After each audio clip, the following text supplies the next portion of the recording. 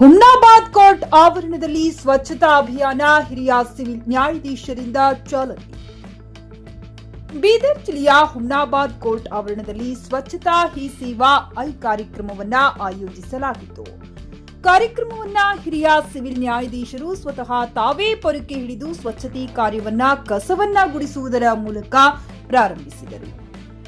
ಜನರೆಲ್ಲ ಸ್ವಚ್ಛತೆ ಬಗ್ಗೆ ಬಹಳಷ್ಟು ಕಾಳಜಿ ವಹಿಸಬೇಕು, ಒಣ ಕಸ ಹಸಿ ಕಸ ಎಂದು ಬೇರ್ಪಡಿಸಬೇಕು, ಪ್ಲಾಸ್ಟಿಕ್ ಬಳಕೆ ಕಡಿಮೆ ಮಾಡಬೇಕೆಂದು ತಿಳಿಸಿದರು. ಕೋರ್ಟ್ ಆವರಣದ ಶೌಚಾಲಯ ವೀಕ್ಷಣೆ ಮಾಡಿ ದಿನಾಲು ಸ್ವಚ್ಛತೆ ಮಾಡಬೇಕೆಂದು ಅಲ್ಲಿನ ಸಿಬ್ಬಂದಿಗೆ ಸೂಚಿಸಿದರು.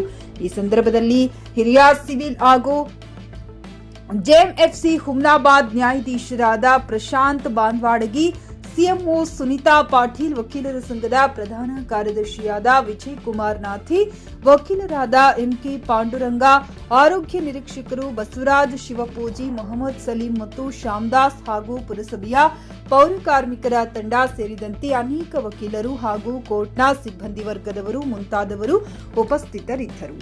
JK news Kannada, Humnabad. ಇದು ಭ್ರಷ್ಟರ ಪಾಲಿಗೆ ಸಿಂಹ ಸ್ವಪ್ನ.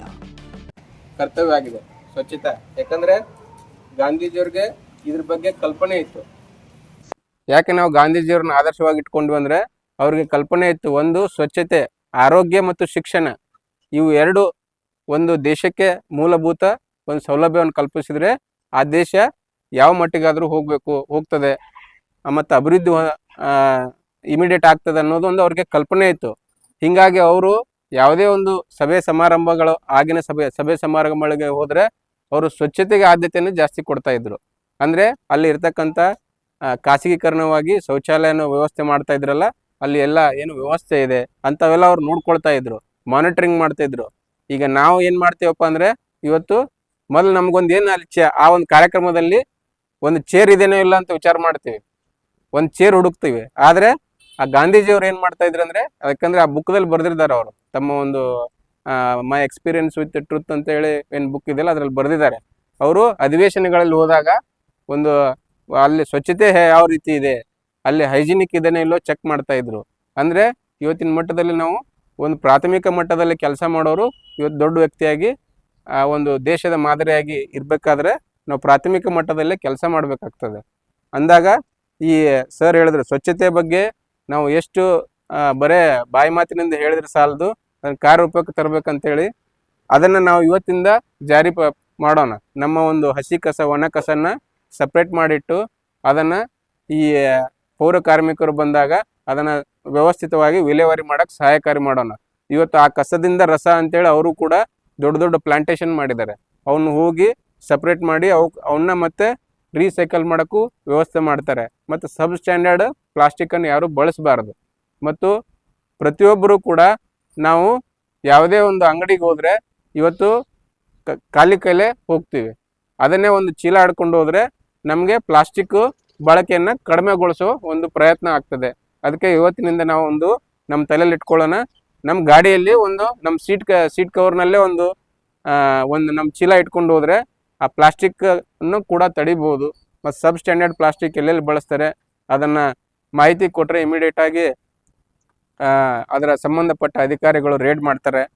ಮತ್ತು ಈ ಲಾಸ್ಟ್ ಟೈಮ್ ಒಂದ್ಸರಿ ಮುಂಬೈಲಿ ಫ್ಲಡ್ ಯಾಕೆ ಬಂತು ಅಂತ ನೋಡಿದಾಗ ಇದೇ ಈ ಪ್ಲಾಸ್ಟಿಕ್ ನಿರ್ವಹಣೆ ಸರಿಯಾದ ರೀತಿಯಲ್ಲಿ ಆಗಲಿಲ್ಲ.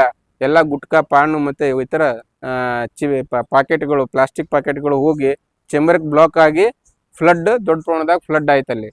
ಅಂದರೆ ಒಂದು ಸಣ್ಣ ಒಂದು ಇದು ನಮ್ಮನ್ನ ಎಲ್ಲಿಗಾದ್ರೂ ಒಯ್ಬೋದು, ಅಂದರೆ ಹಾನಿ ಮಾಡ್ಬೋದು. ಮತ್ತು ಇವತ್ತು ಗ್ಲೋಬಲ್ ವಾರ್ಮಿಂಗ್ ಜಾಸ್ತಿ ಆಗ್ತಾ ಇದೆ. ಜಾಗತಿಕ ತಾಪಮಾನ ಯಾಕೆ ಜಾಸ್ತಿ ಆಗ್ತಿದೆ ಅಂದರೆ ನಮ್ಮ ತಿಂಡಿ ತಿನಿಸುಗಳನ್ನು ಊಟಗಳನ್ನು ಬೇಕಾದಷ್ಟು ನಾವು ಊಟ ಮಾಡ್ತಾ ಇಲ್ಲ. ನಾವು ತಿನ್ನೋದು ಒಂದು 2 ತುತ್ತು ಇರ್ತದೆ, 4 ತುತ್ತು ಹಾಕಿಸ್ಕೊಂಡು ಚೆಲ್ಬಿಡ್ತೀವಿ ಅದನ್ನು. ಅದು ಗ್ಲೋಬಲ್ ವಾರ್ಮಿಂಗಿಗೆ ಕಾರಣ ಆಗ್ತದೆ. ಅದರಿಂದ ಬಿಡುಗಡೆ ಅದೇನು ಅದ್ರದ್ದು ಕೊಳ್ತಾಗ ಅದರಿಂದ ಬಿಡುಗಡೆ ಆಗುವಂಥ ಒಂದು ಗ್ಯಾಸ್ ಅನಿಲ ಏನಿದೆಯಲ್ಲ ಅದು ನಮ್ಮ ತಾಪಮಾನ ಜಾಸ್ತಿ ಮಾಡ್ತದೆ. ಅದಕ್ಕೆ ನಮಗೆ ಎಷ್ಟು ಬೇಕೋ ಅಷ್ಟೇ ನಾವು ಆಹಾರವನ್ನು ಮಿತವಾಗಿ ಹಿತವಾಗಿ ಬಳಸೋಣ. ಮತ್ತು ಸಭೆ ಸಮಾರಂಭಗಳಲ್ಲೂ ಕೂಡ ಇದ್ರ ಬಗ್ಗೆ ಜಾಗೃತಿ ಮೂಡಿಸೋಣ. ಮತ್ತು ಇಂಥ ಒಂದು ಕಾರ್ಯಕ್ರಮ ಒಂದು ದಿವಸ ಮಟ್ಟಿಗೆ ಸೀಮಿತವಾಗದೆ ಪ್ರತಿದಿನನೂ ಕೂಡ ನಮ್ಮನೆ ಮತ್ತು ಈ ಒಂದು ನಮ್ಮ ಓಣೆಯನ್ನು, ನಮ್ಮ ಊರನ್ನು ಸ್ವಚ್ಛತೆ ಇಡಲು ಪ್ರಾಮಾಣಿಕವಾಗಿ ಪ್ರಯತ್ನ ಮಾಡೋಣ ಅಂತ ಹೇಳ್ತಾ ಇದಕ್ಕೆ ಈ ಒಂದು ಕಾರ್ಯಕ್ರಮಕ್ಕೆ ನಾವು ಆಯೋಜಿಸಲು ನಮ್ಮ ಪುರಸಭೆಯವರು ಒಂದೇ ದಿನದಲ್ಲಿ ಹೇಳಿದ್ರು ಕೂಡ ಆಯೋಜಿಸಿ ಈ ಒಂದು ವ್ಯವಸ್ಥೆ ಕಲ್ಪಿಸಿದ್ದಾರೆ. ನಮ್ಮ ವಕೀಲ ಮಿತ್ರರು ರಾತ್ರಿ ಮೆಸೇಜ್ ಕೊಟ್ಟರು ಕೂಡ ಬಂದು ಇವತ್ತು ಹಾಜರಾಗಿದ್ದಾರೆ. ನಮ್ಮ ಸಿಬ್ಬಂದಿ ವರ್ಗದವರು ಮಾರ್ನಿಂಗ್ 8 ಗಂಟೆಗೆ ಹಾಜರಾಗಿದ್ದಾರೆ. ಅದಕ್ಕೆ ಎಲ್ಲರೂ ಕೂಡ ಈ ಒಂದು ಕಾರ್ಯಕ್ರಮ ಯಶಸ್ವಿಗೊಳಿಸಿದೆ ಅಂತ ಕೇಳ್ತಾ, ಸ್ವಚ್ಛತೆಯೇ ಈ ನಮ್ಮ ಒಂದು ದೃಢ ನಿರ್ಧಾರ ಸೇವೆ ಅಂತ ತಿಳ್ಕೊಂಡು ಸ್ಟಾರ್ಟ್ ಮಾಡೋಣ. ಜೈ ಹಿಂದ್. ಸ್ವಚ್ಛತೆ ಇರಬೇಕು. ಸ್ವಚ್ಛತೆಯಿಂದ ನಾವು ಸಮಾಜದಲ್ಲಿ ಜನರು ಆರೋಗ್ಯವಂತರಾಗಿ ಬೆಳಿಬೇಕು, ಆರೋಗ್ಯವಂತರಾಗಿರಬೇಕು. ಆಮೇಲೆ ಪ್ರತಿ ಮನೆಗೆ ಒಂದೊಂದು ಶೌಚಾಲಯ ಕಂಪಲ್ಸರಿ ಇರ್ಬೇಕಂತೇಳಿ ಅವ್ರ ಕನಸಿತ್ತು. ಏನಂದ್ರೆ ಅವರು ಮೇನ್ ಉದ್ದೇಶ ಅದೇ. ಅವರಿಗೆ ಹಿಂದಕ್ಕೆ ಏನಂದ್ರೆ ಸಾಕಷ್ಟು ರೋಗ ರುಜಿನಗಳು ಬರೋದರಿಂದ ಅವರು ಇದಕ್ಕೆ ಮೊದಲನೇ ಆದ್ಯತೆ ಅವ್ರಿಗೆ ಏನು ಕನಸು ಏನು ನೆನಸಾಗ್ಲಂತೇಳಿ ಈ ಒಂದು ಸ್ವಚ್ಛತೆಗೆ ಮೊದಲನೇ ಆದ್ಯತೆ ಕೊಟ್ಟರೆ, ಅದೇ ಪ್ರಕಾರವಾಗಿ ಈಗಲೂ ಕೂಡ ಸ್ವಚ್ಛತೆ ಬಗ್ಗೆದಾಗೆ ರಾಷ್ಟ್ರ ಮಟ್ಟದಲ್ಲಿ ಅಥವಾ ಆಮೇಲೆ ಈ ಗ್ರೀನ್ ಟ್ರಿಬ್ಯುನಲ್ ಬಂತು. ಜೊತೆಗೆ ಇದು SWM ರೂಲ್ ಇದ್ದಿದ್ದಿಲ್ಲ, ಬೈಲಾಜ್ ಇದ್ದಿದ್ದಿಲ್ಲ, ಬೈಲಾಜ್ ಮಾಡಿದರು. ಇದರಲ್ಲಿಂದ ಬೈಲಾಜ್ ಬಂತು. ಇವೆಲ್ಲ ಆಗಿದ ಮೇಲೆ ಈಗ ಸ್ವಚ್ಛತೆ ಸ್ವಲ್ಪ ನಗರಗಳಲ್ಲಿ ಸ್ವಚ್ಛತೆ ಇರುವುದರಿಂದ ಆರೋಗ್ಯ, ಒಂದು ಒಳ್ಳೆ ಗಾಳಿ ಬೆಳಕು, ಒಂದು ಒಳ್ಳೆ ಶುದ್ಧ ನೀರು ಇವೆಲ್ಲನೂ ನಮಗೆ ಸಿಕ್ಕಿದಾಗ ಅದಕ್ಕೆ ಮುಂದಿನ ಮಕ್ಕಳಿಗೆ ಯಾವುದೇ ಮಾನಸಿಕ ಒಂದು ಒತ್ತಡ ಆಗಲಿ ಅಥವಾ ಒಳ್ಳೆ ಗಾಳಿ ಸಿಗೋಂಗೆ ಒಂದು ಪರಿಸರ ನಿರ್ಮಾಣ ಆಗಬೇಕಂತೇಳಿ ಅವ್ರದ್ದು ಮೊದಲನೇ ಕನಸಾಗಿತ್ತು.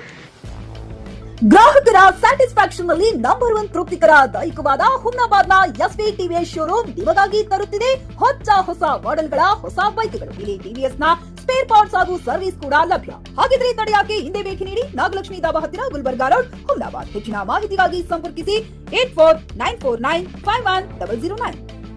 PUC ಮುಗಿಸಿ ನರ್ಸಿಂಗ್ ಮಾಡಲು ಹಾಗೂ ಫಿಸಿಯೋಥೆರಪಿ ಮಾಡಲು ಇಚ್ಛಿಸುವವರಿಗೆ ಉತ್ತಮ ಅವಕಾಶ. ಹುಮ್ನಾಬಾದ್ನ HKDETಯ Umadevi Patil college of nursing ನಲ್ಲಿ BSc ನರ್ಸಿಂಗ್ ಹಾಗೂ ಡಿಪ್ಲೊಮಾ ನರ್ಸಿಂಗ್ ಕೋರ್ಸ್ ಲಭ್ಯ. ಹಾಗೂ ಭೀಮ್ರಾವ್ ಪಾಟೀಲ್ ಕಾಲೇಜ್ ಆಫ್ ಫಿಸಿಯೋಥೆರಪಿನಲ್ಲಿ DBT ಮತ್ತು MPT ಸ್ನಾತಕೋತ್ತರ ಪದವಿ ಲಭ್ಯವಿದೆ. ಇಲ್ಲಿ ಪ್ರವೇಶ ಪ್ರಾರಂಭವಾಗಿದ್ದು ಉತ್ತಮವಾದ ಕ್ಲಾಸ್ ರೂಮ್, ಅನುಭವವುಳ್ಳ ಅಧ್ಯಾಪಕರಿಂದ ಬೋಧನೆ, ಪ್ರತ್ಯೇಕ ಲ್ಯಾಬ್ಗಳ ವ್ಯವಸ್ಥೆ, ಹೈಟೆಕ್ ಆಸ್ಪತ್ರೆಯೂ ಲಭ್ಯವಿದೆ.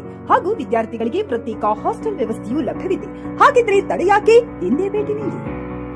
NH65 ರಸ್ತೆ, ವೀರಭದ್ರಗಿರಿ, ಸಿಂಗನಕೀರ ಕ್ರಾಸ್, ಹುಮ್ನಾಬಾದ್. ಹೆಚ್ಚಿನ ಮಾಹಿತಿಗಾಗಿ ಸಂಪರ್ಕಿಸಿ ಆಡಳಿತಾಧಿಕಾರಿ ಡಾಕ್ಟರ್ ಸದಾನಂದ ಪತ್ರಿ 9019078988.